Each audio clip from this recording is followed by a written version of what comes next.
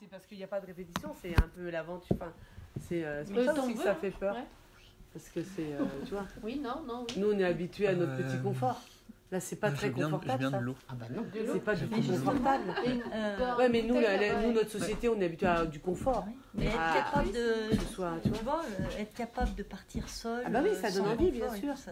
Bien sûr, mais c'est liberté. Parce que, voilà, bah nous, bien sûr. On est conditionnés. Ouais. Ouais. Oui. Et en même temps, on a besoin de... Ah bah de l'eau pétillante, ça très bien. Ouais. Et en même temps, c'est pareil, on a besoin aussi du mental, de savoir faire des plans et calculer et se dire ok, comment je fais ça, on en a besoin. Mais l'autre côté marche aussi. Et de savoir que du coup on a quelque chose en nous qui peut nous guider aussi. La question c'est qu'est-ce qu'on en fait. Ouais. Et après, et la jungle c'était je pense que c'était juste le bout de ce truc-là, de dire c'est pareil, après c'est très intense de vivre comme ça. Et c'est pas que bien. Ça c'est pareil, c'est un des trucs. Moi j'ai trouvé qu'en vivant, en suivant ses intuitions, t'as l'intensité, mais ça te sort pas du bien et du mal, ou ainsi de suite. C'est plus intense. Si on reste que dans la tête et on prévoit tout, je trouve que la vie du coup elle est assez agréable, mais c'est plus fade.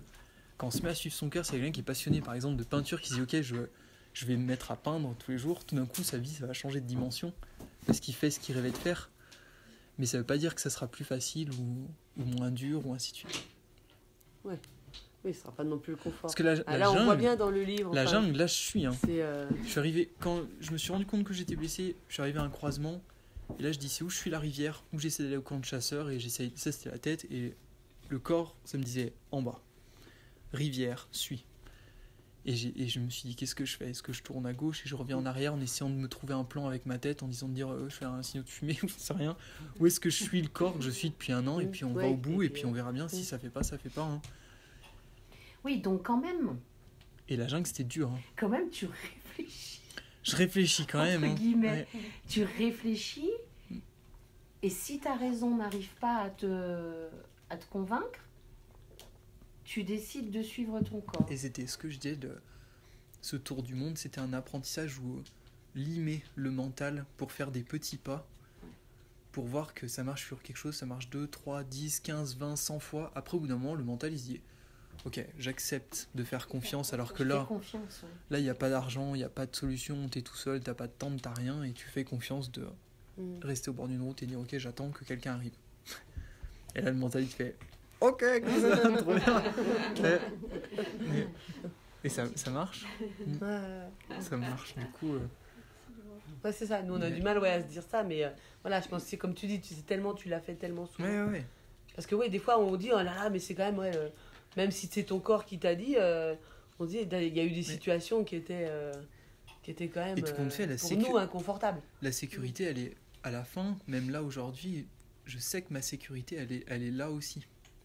Au final, c'est une sécurité aussi parce que j'en parle dans le livre. C'est une sécurité face à la mort au final. Ça c'est un peu dark à expliquer, mais là j'étais face à la mort au final. C'est d'être libre face au dernier moment. Parce que quand on suit notre cœur au final, qu'est-ce qu'on ferait plus qu'essayer de vivre nos rêves ? Et du coup, si on va pour mourir à un moment donné, tu fais mais là je fais mon maximum pour vivre mes rêves. Et du coup, moi j'ai trouvé que j'étais vachement libre. Ah ouais, même à ce moment-là, il n'y a pas eu de regret en disant mais non. Qu'est-ce que je fais là ? Non, j'avais vraiment une liberté. Après, tu dis à la fin, mais... J'avais vraiment une liberté à ce moment-là. Et quand je suis rentré en France et que l'ESF ils m'ont dit ok, on revient travailler l'hiver et ainsi de suite, et je montais en voiture pour aller faire les papiers, je sais plus quoi. Et là d'un coup je me suis dit mais là, si là j'aurais un accident de voiture et je serais là au bord de la route et que je mourrais là bientôt, je me mordrais les doigts de pas être parti pour finir le tour du monde. Et là j'ai su, à ce moment-là j'ai fait ok, ça te donne une liberté face à la fin. Après c'est étonnant, mais en tout cas moi je l'ai senti vraiment très très fort comme ça. Si quelqu'un il vit ses rêves au final, qu'est-ce que tu veux faire de plus ? Ça s'arrête, ça nous dépasse. Mais si t'es en train de faire je sais pas, que t'as un boulot qui est pas ce que tu dois faire et que d'un coup tu te retrouves là avec un problème, bah c'est souvent là où les gens ils changent de vie en se disant mais qu'est-ce que je fous là quoi. Et si ça s'arrête, je suis là et ça a aucun sens ce que je suis en train de faire. Et souvent le truc des malaises ou des maladies, c'est souvent là où les gens ils redressent en disant mais là, si ça s'arrête là, ça n'a pas de sens. Et ça, je l'ai senti là-bas et j'ai senti au retour. Parce que je suis reparti pour travailler normal et je me suis dit mais en fait, mon cœur il est pas là du tout. Pas encore. J'ai retravaillé. Donc après, si, t'as fait derrière, t'as été à l'ESF et tout ça. Non, je suis reparti. Ah, t'as pas. Donc finalement, t'avais appelé, t'avais dit ok, mais t'as dit non. Ouais. T'as senti tout de suite que c'était. J'ai rappelé le directeur, j'ai dit ça. Non. Et je sortais de la jungle, ça devait faire 3-4 mois et c'est tellement fort en moi, cette liberté-là. Et je dis, est-ce que ça c'est quelque chose que tu peux lâcher une fois que tu l'as senti? Et je suis retourné travailler. Ça veut pas dire que j'ai pas envie de travailler, mais il y a des moments où quand c'est pas là, c'est pas là. Et quand t'as senti cette liberté-là face à la mort, au final, tu dis, est-ce que je l'accepte de la lâcher ou pas? Ça, c'est vachement délicat. Hein. Mais si on l'a pas senti, c'est une chose, mais moi, je l'ai senti vachement fort. Du coup, ouais, donc après, ouais. Ouais. Et là, tu continues comme ça, en fait. Après, j'ai envie de travailler. Hein. C'est pas incompatible avec la vie de famille, avec tout ça. Enfin, il y a un temps pour tout. J'ai envie, tu vois, des fois, je rentrais, j'ai envie de travailler. J'ai envie d'être chez moi, j'ai envie d'avoir une maison. J'ai eu plein d'envies qui sont arrivées à des moments où je me suis dit, ok, là, j'ai envie d'être en France, j'ai envie d'avoir un appartement, j'ai envie d'être stable et qu'on puisse créer une vie de famille avec ma copine, et ainsi de suite. Donc ça, c'est venu aussi. Ouais, c'est ça exclut pas ces moments-là. Enfin, mais au début, là, les premières années, j'étais que en voyage. Et un jour, je me suis levé, j'étais au Pérou. Et j'ai su que c'était fini. Je me suis levé un matin, j'avais envie d'être chez moi, de ranger ma chambre dans les Alpes, alors que j'étais à l'autre bout du monde. Ok, donc là, c'est fini, tu vois. Tu sais que... Et j'ai essayé de... Je suis tombé malade. Je suis pas rentré tout de suite. J'ai une gastro terrible, pas bien. J'ai voyagé encore 2 semaines, on m'a volé mes affaires. Enfin, et tu sens même le monde qui se... Poum, comme ça en disant... Tout te dit que... Rentre chez toi. Rentre chez toi. Et je suis rentré, et je me suis posé, et j'ai rangé. Et t'es resté combien de temps? Enfin, depuis, t'es resté où? Après, je suis reparti, mais peut-être 1 an et demi après, 2 ans après. Mais j'ai rencontré ma copine, du coup. Ça joue beaucoup, posé. ça, quand même. Ouais. Une rencontre comme ça avec... Ouais, et puis avant, j'étais vraiment pas prêt. Je pense là, le tour du monde de 2013, on va dire, 2012-2013, parce qu'à 2015-2016, j'étais...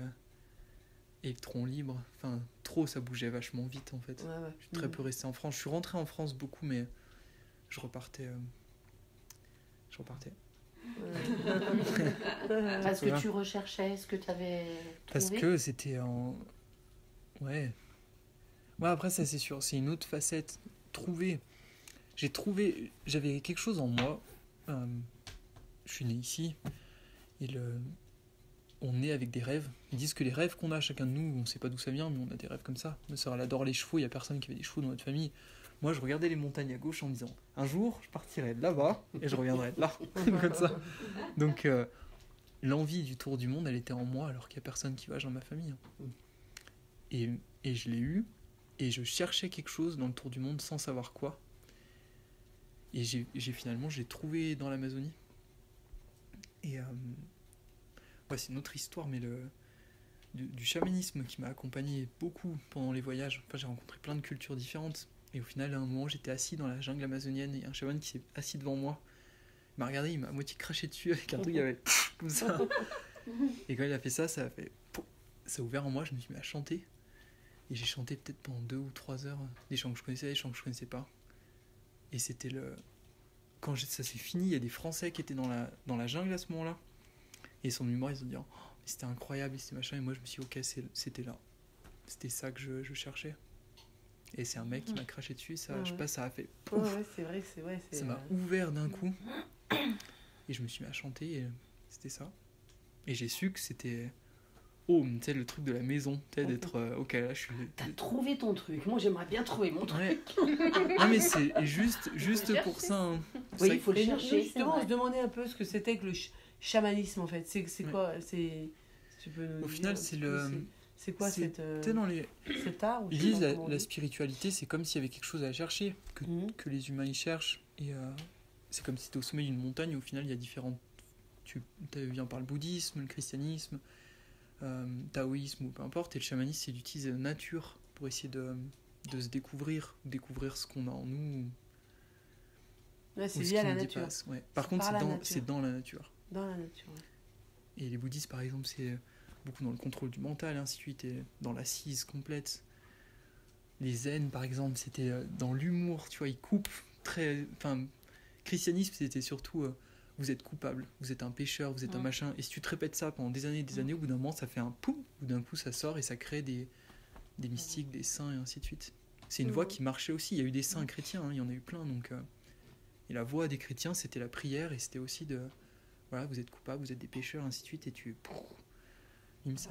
C'était une voie d'éveil, au final. Hein. Comme il y en a eu plein de différentes. Mais le chamanisme, c'est d'utiliser la nature. Oui. Le chamanisme, t'es pas en gros guidé par même les...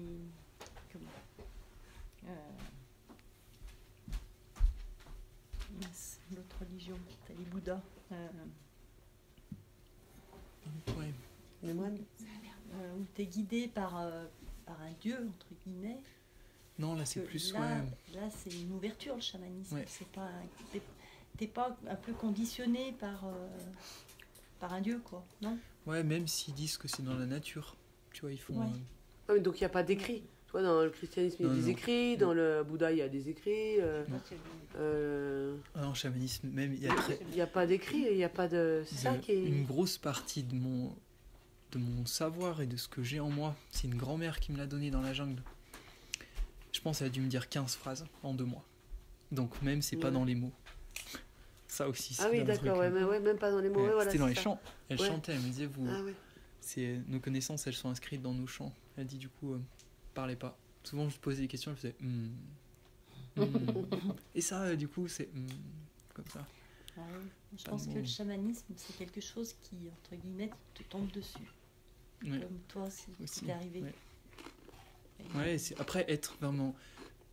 Utiliser le chamanisme, tout le monde peut le faire.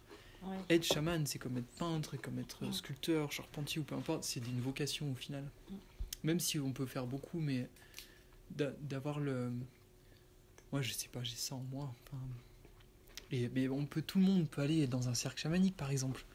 Aller faire des chants, s'asseoir dans un cercle, ou faire des initiations, tout le monde peut le faire. De là à prendre la responsabilité d'emmener les gens, ça c'est une autre démarche encore. Comme d'aller en montagne, tout le monde peut aller en montagne. Être guide, c'est autre chose. C'est une autre... on est en montagne, t'emmènes des gens, et en même temps d'accepter de guider des gens, et d'accepter de guider des gens dès que c'est dangereux, ainsi de suite. C'est une autre... c'est un autre chemin. Donc c'est guidé, alors justement, comme c'est pas par les mots, que par les chants, quand il y a des réunions... Moi, les gens, tu vois, il y a quelqu'un qui me dit j'ai envie d'apprendre et tout. Je fais, mais quand je suis arrivé, le premier chaman que j'ai rencontré, je dis bonjour et tout, je veux apprendre. Il m'a dit, tu vois la montagne qui est là-haut, va un coup t'asseoir déjà 3 jours là-haut, fais un cercle, assis-toi, et tu reviens après. Je suis resté 3 jours, 3 nuits, sans tente, avec un cercle. De méditation alors. Ouais, ou d'être seul. C'est écouter.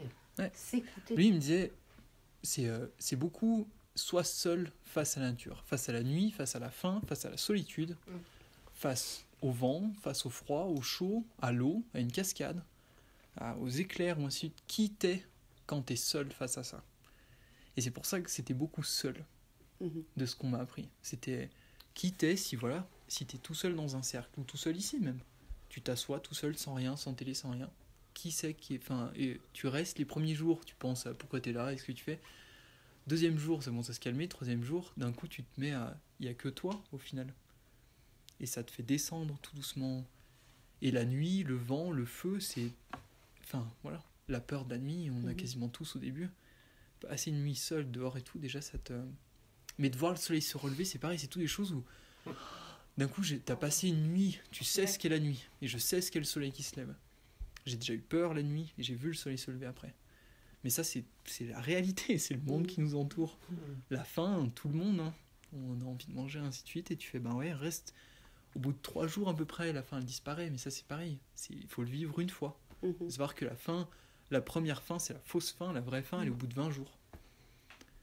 Donc on dit, putain, qu'est-ce qui se passe si je mange pas pendant 2 repas? En fait, au bout de 3 jours, la faim, elle s'arrête.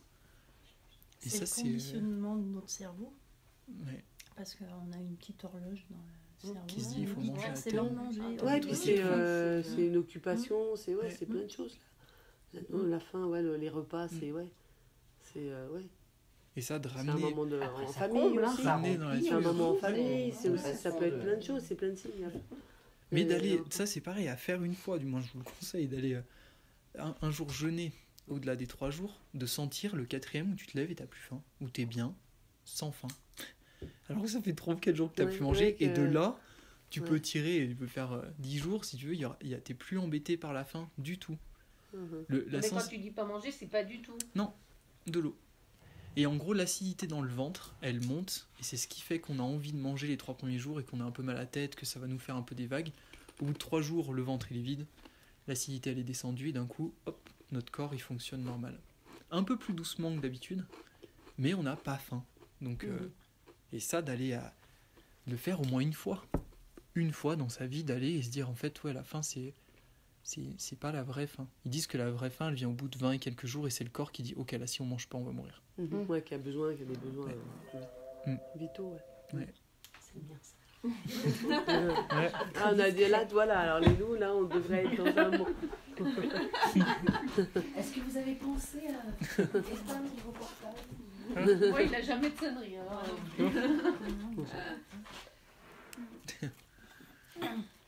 Non, mais il y a plein, et c'est ce que je dis avant, il y a plein de facettes de ce que j'ai vécu là les dernières années. Et du coup, ça dépend vachement. Mais ouais. Ça dépend de quoi on parle. Et là maintenant, alors tu travailles ou Ouais, là je commence à être chaman du coup à plein temps.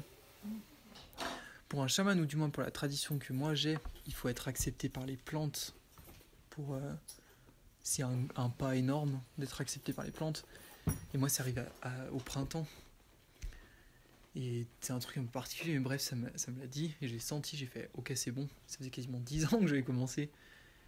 Et depuis ce jour-là, maintenant, j'ai des gens qui viennent me voir, qui viennent, je sais même pas comment ou pourquoi, mais il y a des gens qui viennent. Et je suis en train d'arrêter le reste. Est-ce que... Mais pour les aider, Ouais, ou pour transmettre un peu les connaissances, les initiations. Et les stages que tu fais, c'est quoi en fait? C'est ça, du coup. C'est ça? Ouais. Je redonne un peu des initiations du chamanisme et tout compte fait, ce que je disais, on m'a beaucoup donné. Et la grand-mère qui était dans la jungle, elle m'a donné énormément. Et j'ai plusieurs personnes, du coup, plusieurs chamans qui m'ont donné des chants, qui m'ont donné des espaces de médecine qui sont en moi. Et ça, pourquoi moi? Pourquoi est-ce qu'ils me le donnent et tout? C'est pareil, c'est impensable. Enfin, ma femme dans la jungle, c'est comme si elle avait mis des graines en moi. Ça a mis 6 ans ou 7 ans à sortir. Et quand c'est vraiment sorti comme là et que je vois ce que j'ai et ce qu'elle m'a donné, tu dis mais comment est-ce que des gens comme ça et tout, enfin, je suis un blanc, enfin tu vois, j'arrive là-bas. Moi j'étais en plein à la fin du tour du monde et tout, mais elle te le donne et tu fais mais incroyable. Incroyable. Et ça, t'as un petit peu trouvé dans tous les pays où t'as été, ou ça se trouve, ou simplement justement des pays comme peut-être l'Amazonie, ou non, ça peut pas être dans des pays occidentalisés, enfin un peu. Si, et du coup, moi, le premier que j'ai rencontré, il était dans les Pyrénées. Hein. Ah ouais, d'accord, quand même. Non. Ouais. Et au final, je savais que ça faisait partie de mon chemin, parce que partout où je suis allé, à chaque fois, j'ai rencontré des moines, des alchimistes, des sorciers, machin. Sur là, le tour du monde, j'ai rencontré de tout. Enfin, j'ai vu plein de trucs différents. Hein. Ouais. Mais c'est ça. Si tu prends un peu partout dans le monde, c'est évident que c'est pas partout la même transmission, la même chose. Ouais. Parce que... mais c'est sûr, enfin, du tour du monde, je savais que j'avais quelque chose comme ça, parce que dès que je suis mon corps et que je laisse aller mon intuition, j'ai l'impression que je tombe comme ça sur des gens comme un aimant, du coup. Non, tu te fais qui attire. C'est peut-être... Ça attire, c'est vrai. Même en France, je suis parti à Saint-Jacques-de-Compostelle pour me préparer pour le tour du monde. Je me suis retrouvé vers Marseille, j'étais au bord de la route. La veille, j'avais traversé d'ici à Marseille, enfin à Nice. J'ai jamais attendu au bord de la route. Et le lendemain, je repars, personne ne me prenait. Et je suis resté, au bout d'un moment, je me suis dit, bon, je dois attendre quelqu'un ou il doit se passer quelque chose. Donc je suis resté 1h30 assis au bord de la route. Le gars qui s'est arrêté et tout, je rentre dans la voiture, ça m'a fait dresser les poils sur les avant-bras. Il était alchimiste. Et c'était tout le temps comme ça. le Népal, le guide qu'on avait cherchait des chamans du coup au Népal. On était dans les montagnes et je dis voilà, j'aimerais bien rencontrer telle culture. Au bout d'un moment, le gars il me regarde, il fait en fait dans ma famille je suis le seul qui l'est pas. Et il dit mon père c'est le sorcier en chef du village, ainsi de suite. Et en fait on a arrêté le trek et on a coupé dans les montagnes, il nous a emmenés chez lui. Ouais. Mais c'était tout le tour du monde quasiment. Ouais, où il y a eu des hasards, mais c'est pas forcément des hasards, mais des c'est pas du hasard, c'est ton chemin. Ouais, c'est pas du hasard, ouais. Et pour les trouver, les gens des fois ils me disent comment est-ce que tu les trouves. Je dis mais moi j'ai pas cherché, hein. J'ai suivi mon intuition et au final mon intuition me mène vers ces gens-là. Si le gars, quelqu'un doit être peintre ou doit avoir des chevaux ou ainsi de suite, bah voilà, chacun va avec sa boussole et je pense que c'est là où le corps il sait plus, enfin c'est une autre intelligence, tu vois. Les chamans, les Mexicains ils parlent c'est une connaissance qui est silencieuse. On a quelque chose en nous qui sait mais qui parle pas. Il peut pas te dire oh, c'est là. Il peut juste se faire peut-être t'as le corps qui monte, ou si t'es amoureux de quelqu'un d'un coup t'as ton corps qui fait comme ça. Tu vois. Ah c'est ça. Et c'est pas la tête du coup. Ça tu vois Mais ça c'est silencieux, ça peut pas hurler en t'écrivant un message en disant oui c'est là, c'est à droite, c'est telle personne ou c'est silencieux. Ça sait mais ça parle pas. On voudrait bien que ça parle.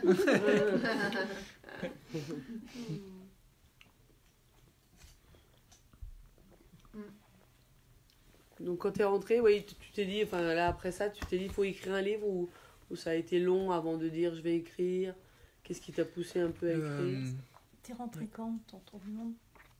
Ça, je crois la fin de la jungle, ça va être 2014 ou 2015. 2015, je crois. Ouais. Je crois que je suis parti en 2014 et j'ai dû rentrer en 2015. Et écrire, ça faisait partie de mes rêves d'enfant. Je me souviens à 12-13 ans m'asseoir dans ma chambre, sortir des feuilles et me dire... Ah oui, parce que c'est ça, on n'écrit pas comme ça. J'avais envie d'écrire déjà petit et je ne savais pas quoi. La jungle, quand j'ai marché dans la jungle à un moment, je me suis dit, ok, ton histoire elle est là. Ouais.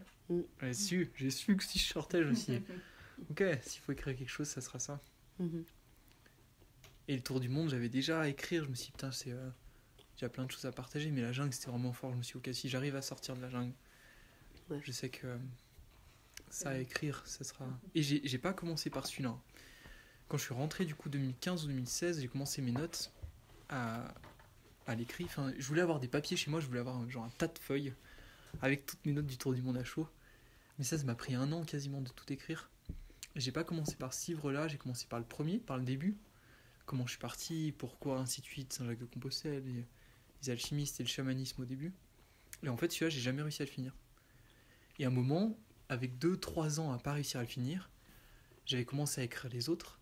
Et la jungle, il était vachement plus court. Et ça a été un long processus de dire est-ce que j'écris un livre qui rassemble tout, est-ce que j'en fais plein de différents. Et c'est assez long d'arriver à la fin d'un livre. Et celui-là, au final, je me suis dit mais prends la jungle, c'est plus court. L'histoire, elle est tellement... La ligne directrice, elle est vachement forte. Et c'était facile à écrire. Du coup, placer l'histoire d'arriver sur les îles de Salomon, raconter la poussée dans la jungle jusqu'à ici. Et ouais. Mais ça m'a pris... Je pense que j'ai commencé à écrire 2015-2016. En rentrant, j'ai commencé à faire des notes. Finir les notes, ça m'a pris 1 an et demi. Ouais. Et celui-là, je l'ai écrit en traversant l'Atlantique à la voile, en 2018, du coup. Ah oui, d'accord, ouais, donc bien après. Donc 2016-2017. T'avais pris un peu des notes pendant tout ce tour du monde. T'avais écrit déjà un peu, t'avais ton ordi et tout ça. Et donc, ça fait 10 ans que j'ai des carnets de voyage. Carrément, ouais. Donc où je dessine un peu dessus, où je marque des notes, pas forcément exactement jour à jour. Non, mais voilà des... Mais je note et en fait, je peux retourner dedans. Enfin, je peux rouvrir le carnet et tout compte fait, j'ai ça qui m'a marqué, j'ai ça, et donc ça te fait revenir... d'autres choses. Et revivre les trucs. Et ouais, du coup, 2018, dans l'Atlantique, j'arrive que à écrire quand vraiment je m'arrête longtemps. Je peux pas écrire, là tu me dirais, tu vas écrire cet après-midi ou tout, j'arrive pas. Donc je suis obligé de rien faire pendant super longtemps. Et l'Atlantique, au bout de 13-14 jours sur le bateau comme ça, à attendre que ça passe, parce que c'est long quand même de traverser l'Atlantique pour le coup. Et il n'y avait rien à faire. Et du coup, je me suis mis à écrire. Ce livre-là, je l'ai quasiment sorti d'une traite en 3 jours au milieu de l'Atlantique.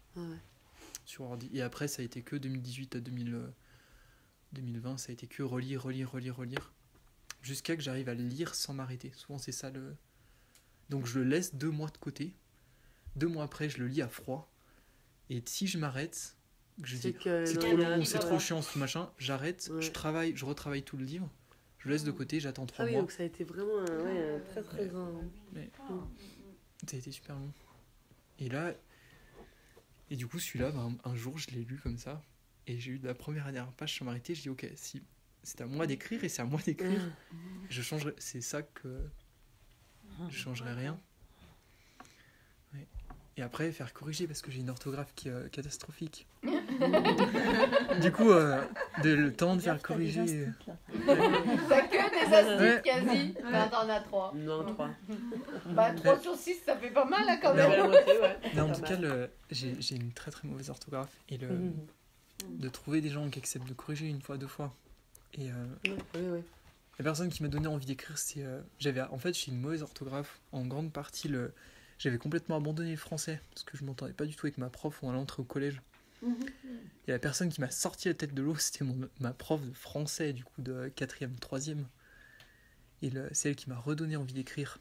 Parce qu'elle disait, bon, ok, elle a dit...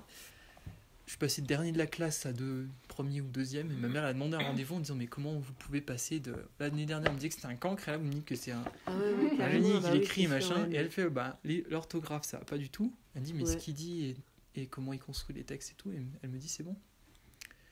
Et du coup, ça m'a sorti la tête de l'eau, et je me suis remis à écrire à ce moment-là. Et c'est à elle que j'ai demandé... Pardon. Du coup, je l'ai contactée, je lui ai dit, voilà, vous faites partie des 2 dernières personnes que je veux faire... Je vous laisse faire une lecture et me dire ce que vous pensez et tout. Du coup, elle m'a fait C'était pendant le confinement, vu qu'il me faut énormément de temps pour pouvoir retravailler dessus. J'ai attendu le confinement, ça a été une bénédiction pour moi. Et elle m'a dit, je suis chez moi, j'ai rien à faire. Elle m'a dit, je suis à Grenoble, sur un tout petit appart avec un petit balcon. Elle m'a dit, envoie-moi ton livre. Et elle m'a fait une Ah ouais, c'est un beau cadeau. C'est une vraie correction. Et je lui ai dit, je veux pas changer le rythme du texte, que les erreurs de syntaxe ou s'il y a des endroits... Et elle m'a dit, tu veux que j'en refasse 2? Non. À la fin, j'ai fait une Camille en page, et qui m'a aidé aussi pour les chapitres, elle m'a aidé aussi pour les noms des chapitres, pour structurer un peu ce truc-là, et ma prof de français pour la syntaxe, beaucoup, pour dire est-ce que c'est juste, est-ce que c'est pas juste. Et après, il y a des choses quand même que... Après, c'est une discussion. Quand on est auteur, il faut garder aussi la main sur ce qui a voulu être dit. Même, j'ai une façon de structurer les textes et de les espacer, parce que c'est comme ça que moi j'aime lire. Je me dis, quitte à faire un livre, autant que ça soit moi dedans. Moi j'aime que ça soit espacé, j'adore lire vite, très vite. Et c'est pareil, le fait qu'il n'y ait pas trop de détails, ainsi de suite, ça c'est moi. Moi j'aime bien laisser que ça fasse un truc où limite tu lis et ça tu fonces vers la fin. C'est ce que j'aime. Donc même le livre, ça a été ça. Des fois je me dis, il n'y a pas beaucoup de détails et tout. Je fais, ouais, mais j'en ai rajouté à certains endroits, d'autres non. Non, mais c'est vrai que ça se lisait comme ça. Ça s'est lu. C'est vrai que c'est ça. On est rentré dedans. Enfin, moi, je suis rentrée. Et après, on a lu. C'est. Moi, je crois que j'étais là et j'ai lu direct. Et c'est de cette façon-là que j'écris et j'espace. Parce que j'ai beaucoup écrit sur Facebook au final. Le tour du monde, c'est là où vraiment j'ai commencé à écrire pour les autres.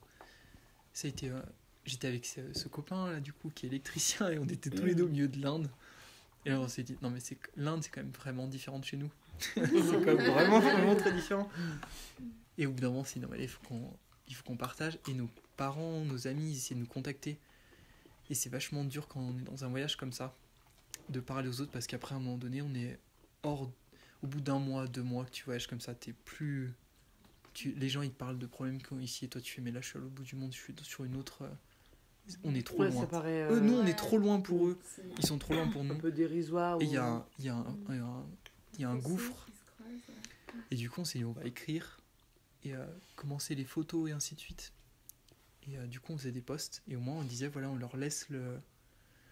Ça faisait un fil qu'ils pouvaient suivre au final, sans que nous ça soit trop lourd, et tout le monde pouvait le voir en disant ben voilà, tout le monde peut voir ce truc là, allez-y. C'est là que j'ai commencé à écrire. Parce que pour eux c'était pas trop dur justement de savoir quand même, ça doit être Ça doit être difficile pour eux, non, de se dire, ben voilà, mon enfant, il est là-bas. Ouais, ma mère, je lui ai demandé, parce que ça, les questions, quand j'ai commencé les conférences sur le tour du monde, justement, les gens, ils me demandent tout le temps, et ta maman, qu'est-ce qu'elle a dit, et ton père, tu vois, ça, alors que moi, j'avais pas pensé de ce côté-là, mais on me demandait tout le temps, et tes parents, mais comment ils ont fait, qu'est-ce qu'ils ont dit. Et du coup, j'ai pris le temps de retourner, j'en ai discuté avec ma mère, elle m'a dit au final, au début un peu, mais j'avais fait le tour des pays de l'Est avant, Saint-Jacques-de-Compostelle, elle dit, puis au bout d'un moment, ça passait toujours, donc au bout d'un moment, tu dis, bah... Elle était confiante, quoi. Elle dit, au bout d'un moment, elle fait, mais... Et puis, quand je suis rentré, je suis reparti, je me suis dit que ça c'est vachement dur. Je suis rentré de la jungle, j'étais à moitié... Je suis déjà pas très gros, j'ai perdu 10 kilos. J'avais la jambe, je suis rentré avec des béquilles, le bras en charpie, ainsi de suite. Je suis arrivé... Mon père, il a dit, c'est comme s'il y avait quelqu'un qui arrivait d'un camp de concentration. Quand il m'a vu rentrer... Quand j'arrive à la fin, là, tu sais, que j'arrive sur le balcon. Mon père, il m'a dit, comme si tu arrives d'un camp. J'avais les cheveux longs, mais j'étais creusé, les joues et tout. Alors que ça faisait 1 mois que j'étais à l'hôpital en mangeant et ainsi de suite. Mais ça devait être encore pire avant. Ça m'a... Je me suis pas vu, c'est ce que je dis, je me suis pas vu, il n'y avait pas de glace, pas de miroir. Et c'est quand ma mère, elle m'a dit, envoie-moi une photo, je veux te voir, parce qu'elle dit, maman, tu sais même plus si c'est vrai ou pas, tu vois. Et je me suis mis dans la glace et j'ai pas envie de photo. J'avais les joues et tout. Ah oui, mais ça, tu le mets. J'étais creusé. Mais j'ai mis du temps. Et mon père, quand il m'a vu arriver, je suis reparti 4-5 mois après. Ouais, donc c'est sûr. Et quand je suis parti... Et là, ça doit être dur pour eux. De devoir repartir alors que tu as vécu ça. Mon père, il commençait à neiger. Et lui, il part pour travailler. Et moi, je repars et j'avais 400 € un sac. Et j'avais dit, je pars et je vais jouer de la musique pour rentrer d'Amérique du Sud et tout. Mais enfin... Et comment est-ce que c'est et quand je suis parti et tout, je me souviens de ses yeux quand j'ai vu en passant la porte. C'était le truc où il m'a pas dit pars pas, mais c'était vachement fort. C'était vachement fort. Et j'avais un copain qui m'a pris, qui m'a amené à Lyon, à Saint-Exupéry. J'ai pris l'avion et je suis reparti. Et quand j'ai traversé les Andes, j'ai pleuré dans le bus en allant vers l'Amazonie. J'avais un poncho avec moi, pas de tente. J'avais acheté une guitare à Lima alors que je jouais depuis genre 2 mois. Mais pas de tente. Et j'ai passé les Andes et j'avais 300 € pour rentrer en France. Et là, je me suis dit, mais... Et là, c'est le mental du coup qui craque en me disant, mais où est-ce qu'on va, tu vois. Et j'étais encore blessé, j'étais encore faible et tout. Je me dis, mais... Et en même temps, j'étais sûr que je devais être là-bas. Ouais. Et ça a été la dernière poussée pour trouver ce moment où le mec il m'a moitié craché dessus et j'ai trouvé. Mais pour aller jusqu'à là-bas, à ce moment où tu trouves, des fois les gens disent machin, je fais j'ai sacrifié une partie de ma vie pour arriver et dire ok, je suis chaman et je sais ce que c'est et j'ai le droit de le faire et tout. J'ai sacrifié une partie de ma vie pour le faire. Est-ce que c'est vraiment un sacrifice? Ouais, ça reste. Tu le ressens comme ça? Où t'es obligé de mettre en parenthèse une partie de. C'est beaucoup plus facile. Après, est-ce que ça aurait été plus facile pour moi de rester? Je sais pas. J'ai vraiment l'impression de mettre des années entre parenthèses en disant c'est une formation d'arriver à dire je vis pas selon la tête, je vis selon par mon cœur, mes intuitions. Ça t'a construit, c'est un cheminement au-delà du sacrifice. Je trouve le mot vachement fort. Parce qu'en fait, t'avais ton... Ouais, mais tu vois, c'est la famille, tu vois, les amis. Ah oui, oui. Tu te prives d'une partie de... Oui. Des gens, tu sais, mes parents. Mais aujourd'hui, tu les retrouves différemment, je suppose. Ouais. Là, certainement plus fort. Là, c'est que depuis ce printemps où vraiment j'ai bouclé la boucle, on va dire, où j'ai bouclé cette boucle-là, où ça s'est ouvert pour moi. Là, c'est que de l'amour. Que de l'amour. J'ai des vagues d'amour qui sortent de moi pour...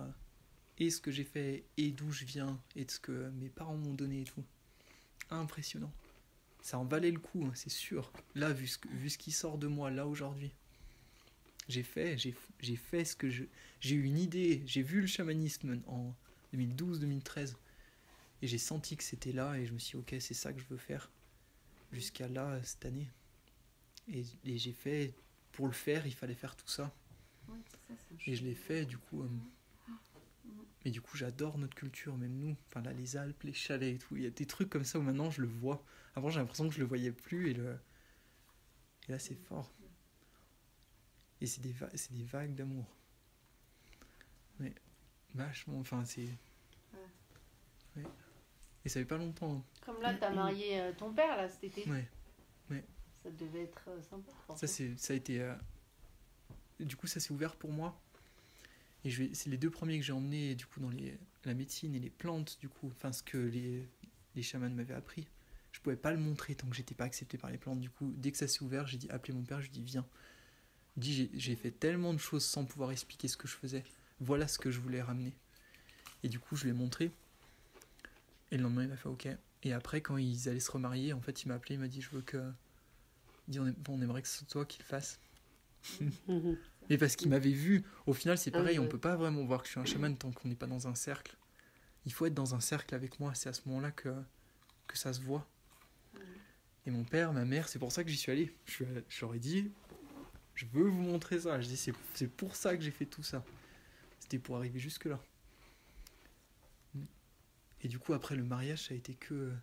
Le mariage, il y avait tous les gens du village. Il y a très très peu de gens qui savent...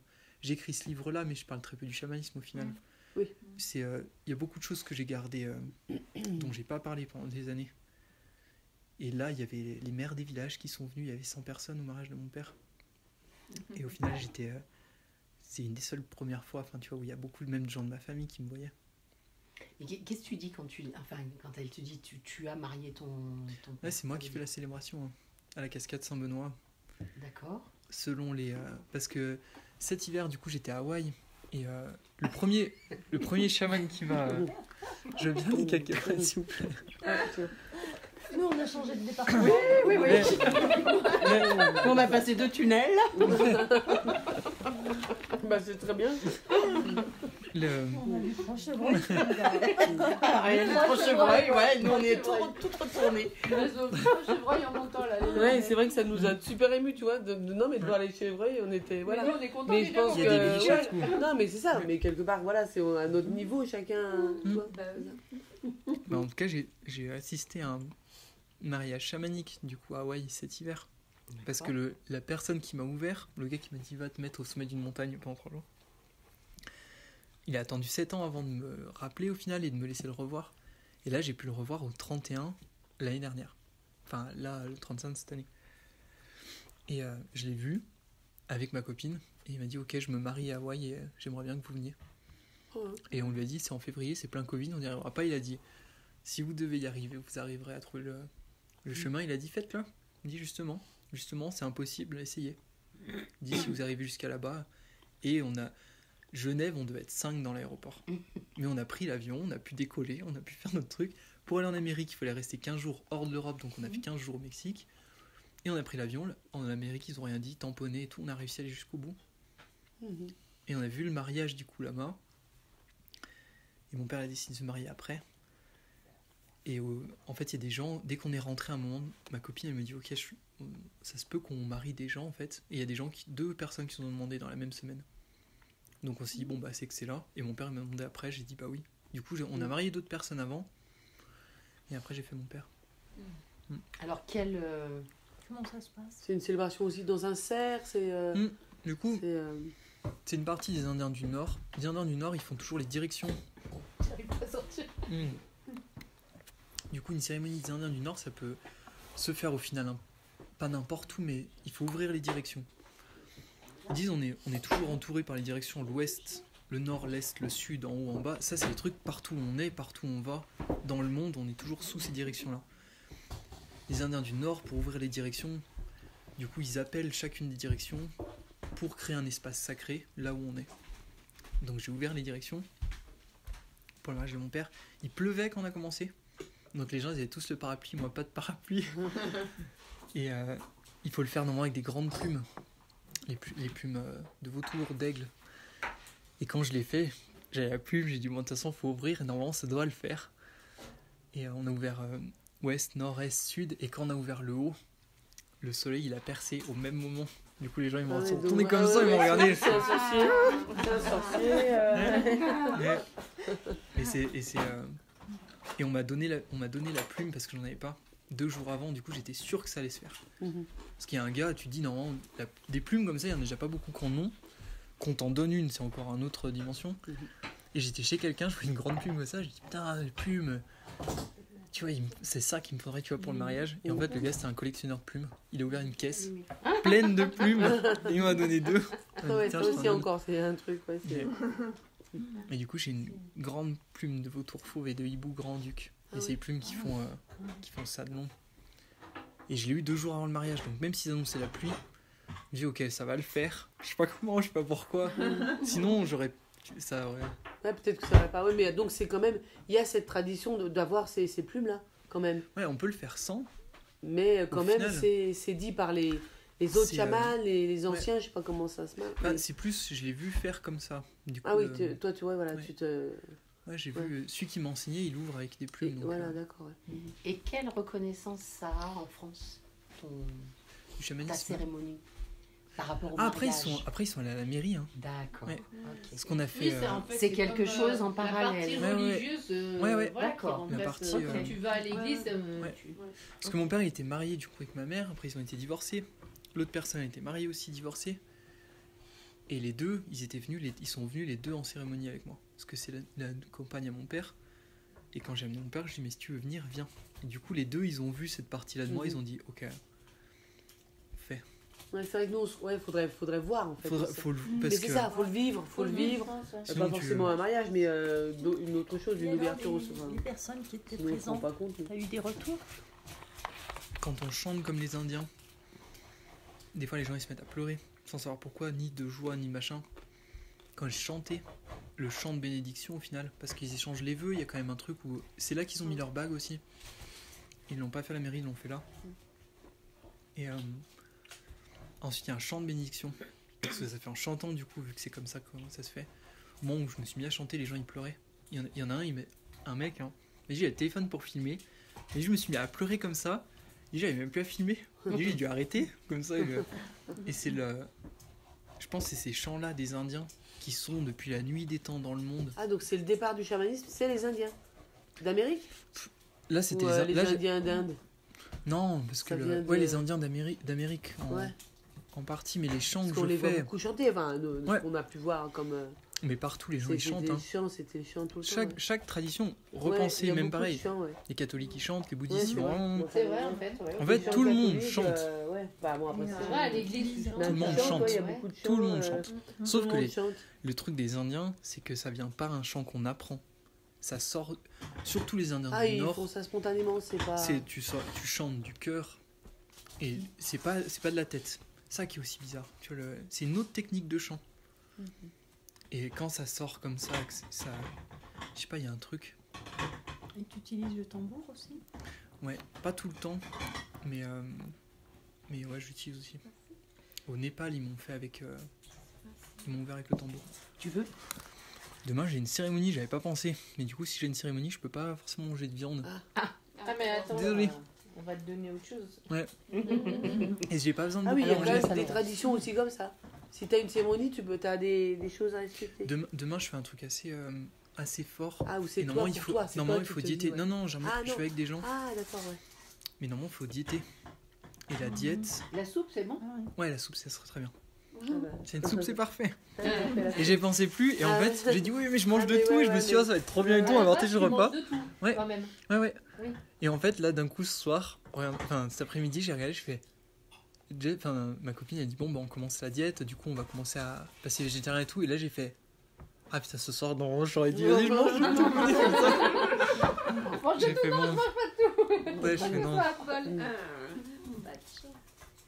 Ça c'est intéressant. Le système de diète, l'idée c'est d'être seul avec soi-même pour apprendre. On apprend de qui on est.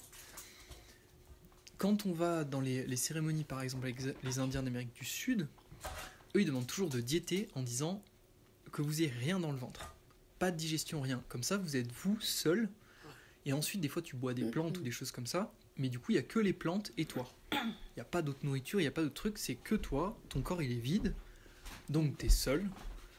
Souvent ils disent tu coupes ton téléphone machin, faut pas que tu aies d'influence, tu restes seul un moment, au moins ça te vide un peu, et tu viens à la cérémonie, au moins c'est toi.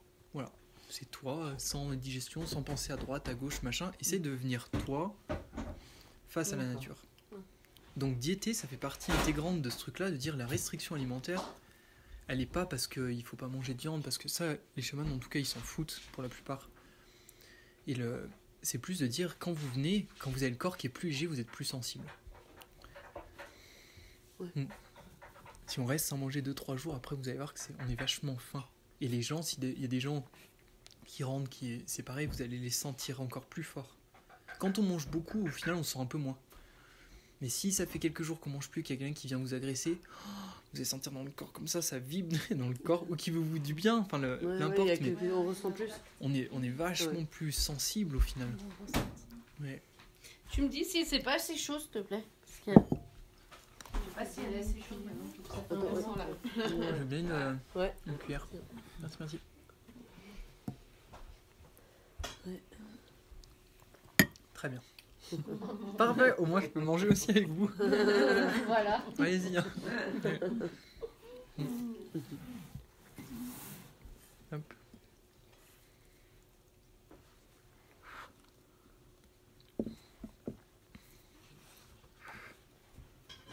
Est-ce que tu manges du riz? Ouais, j'en remange un peu. Ouais. Parce que Laurence, elle avait vu ça dans une... Mais pourquoi t'as marqué ça en fait? Bah, je pense... À la fin, je mangeais plus de riz, ouais. Oui. J'ai mis du temps à remanger du riz. Parce que j'ai mangé du riz pourri à la fin. Ouais, bien sûr. Et quand tu te forces à manger des choses qui sont... j'ai mis du temps à remanger du riz après. À l'hôpital, et puis j'arrivais plus à manger. L'estomac il se ferme après. Ouais. Ultra compliqué de remanger. J'avais faim, je mangeais ça, j'avais plus faim. Ah ouais. Horrible. Et du coup, que se forcer pour essayer de... Donc tout le réapprentissage de remanger, c'est pareil, c'est pas facile.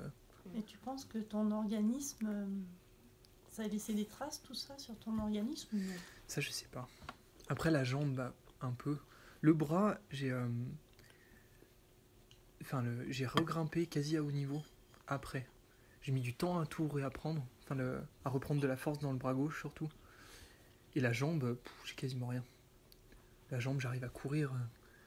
J'ai refait jusqu'à Rome à pied, j'ai marché 1000 km. J'ai fait, voilà, ma jambe, elle fonctionne, mon bras fonctionne. J'ai un tout petit peu moins de force dans le bras gauche, mais c'est très léger. C'est pas... Et après, l'organisme, je sais pas si... Le plus que j'ai senti, c'était comme si en chacun de nous, on a de la volonté, au final, de faire des choses. On a une certaine volonté, comme un réservoir à l'intérieur de nous. J'ai l'impression qu'en sortant de la jungle, je l'avais épuisé.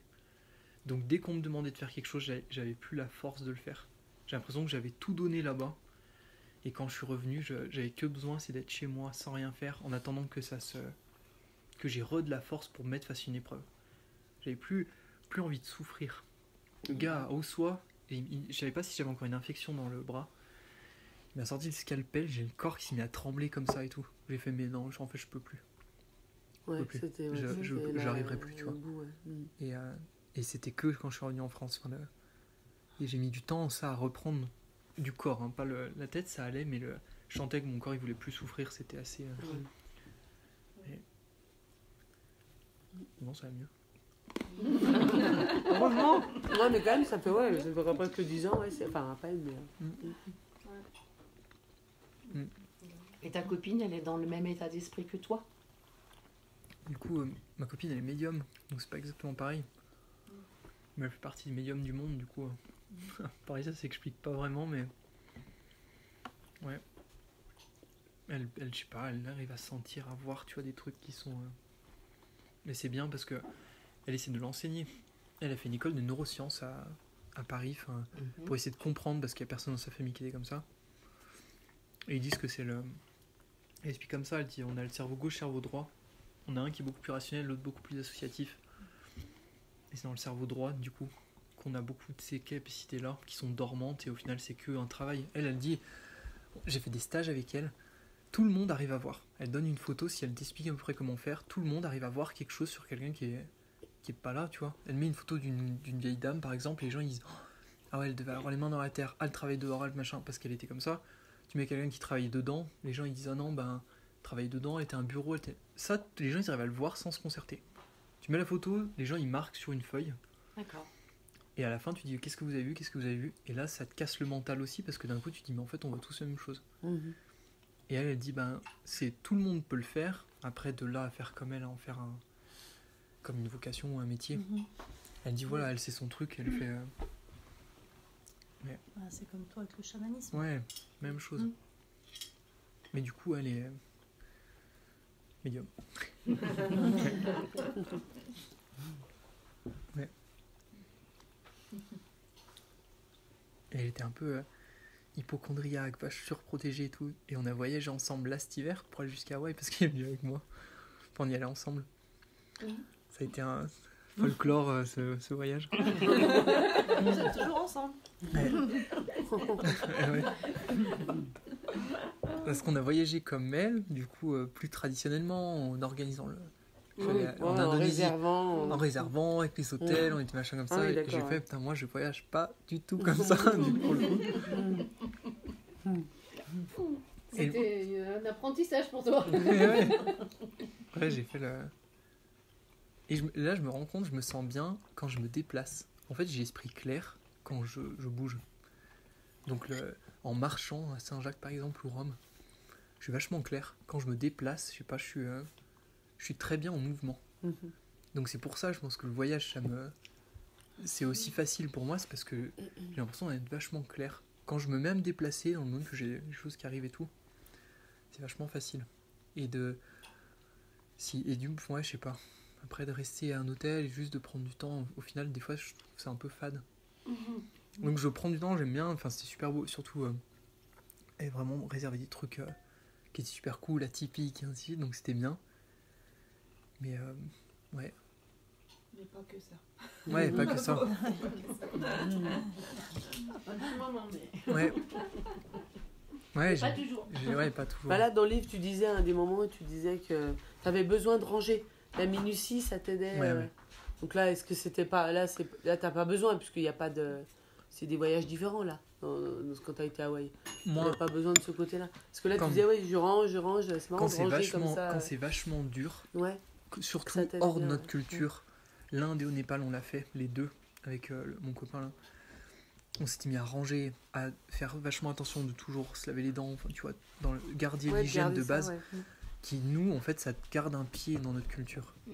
Parce que des fois, c'était pour ça, c'était pour garder un pied ou pour... C'est une structure, tu vois, que tu gardes en disant, ok, on n'est pas des sauvages non plus, tu vois, le matin, je me levais dans la jungle, un des seuls trucs que je faisais encore le matin, c'est, je me levais, je me posais, je buvais un tout petit peu de la fiole de génépiste. Ah oui, voilà, parce que quand t'avais tout perdu, là, Ta grand-mère ah ouais, c'est sûr, ça c'est fou, ça c'est... Et j'allais boire de l'eau et après me laver les dents. Gardé ça, c'est vrai, me laver le visage, enfin tu vois, comme ça, et après je me mettais à marcher. Et le soir, quand je m'arrêtais, je reprenais de l'eau, j'enlevais mes affaires, je me nettoyais un peu, histoire de garder une... Et ça, même dans les trucs militaires, ils le disent, garder l'hygiène. C'est un des trucs pour pas sombrer, justement. Parce que si on se met à quitter même l'hygiène, en fait, il n'y a plus rien qui nous tient. Et... Enfin, ça, c'est pas une certitude à 100%, mais j'en ai déjà entendu parler de dire, ok, gardez le... Ça, tu l'as eu vraiment au moment les plus difficiles. Et au Népal, on le faisait. Quand on était dans les tribus au Népal, c'est pareil. C'était tellement différent de notre culture à nous qu'à un moment donné, on s'est mis à... Ouais, eux, ils se douchaient très peu. Dans les montagnes comme ça, quand ça caille, les gens, ils se douchent très peu. Et du coup, ils ont le corps, je sais pas, ça transpire moins. Ils lavent beaucoup leurs vêtements, mais eux, ils se lavent pas beaucoup. Mais ils sentent pas mauvais pour autant. C'est juste que... Enfin, c'est un autre truc encore, mais nous, on a gardé un peu ce truc-là au début.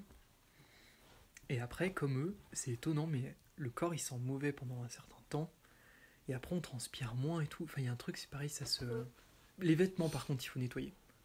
Comme eux, ils font. Mais eux, ils se lavent très peu. J'ai jamais vu eux se laver, en fait. Du temps qu'on est resté là-bas. Ah ouais, que leurs vêtements.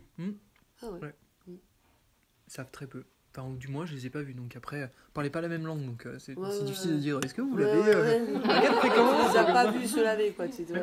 À quelle fréquence? Où est-ce que ça se passe? Comme ça, j'en suis diront. C'est étonnant, t'écoutes pas beaucoup.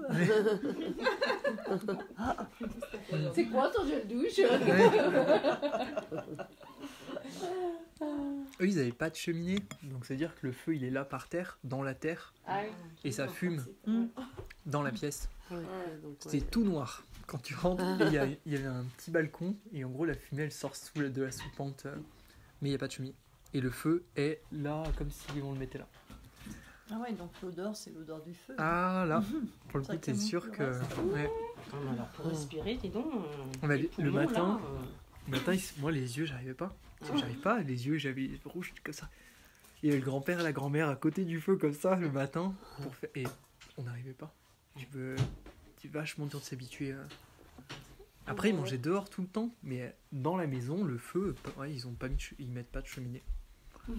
Ça, c'est quand même... Ah ouais, c'est sûr, alors qu'ils auraient la possibilité de le faire. Oui, mais la chaleur ne sera pas la même non plus. Ou après, est-ce qu'ils ont les connaissances aussi de le faire? Ah non, peut-être pas, tu penses que c'est Est-ce qu'ils n'ont pas de contact avec l'extérieur, du coup, est-ce qu'ils ont déjà vu une cheminée? Ah oui, ok, d'accord, ça pourrait... Ouais, s'ils sont jamais sortis de leur village, tu dis, il faut voir un gîte, tu vois, je pense qu'ils vont dans un gîte, ils voient une cheminée, ils vont se dire, putain, c'est quand même pas mal comme... L'intervention, là, quand même... Je vois pas le truc de se réunir autour du feu, une cheminée. Tu vois ce que je veux dire? Ouais, c'est pas vrai. Eux, au final, ils se réunissent autour du feu. Autour. Ouais, c'est vrai, ouais. Et ça, tu le perds. C'est pareil. Faut mettre un foyer central, sinon là, au milieu du chalet, comme ça, on peut se mettre autour de la cheminée. Ouais.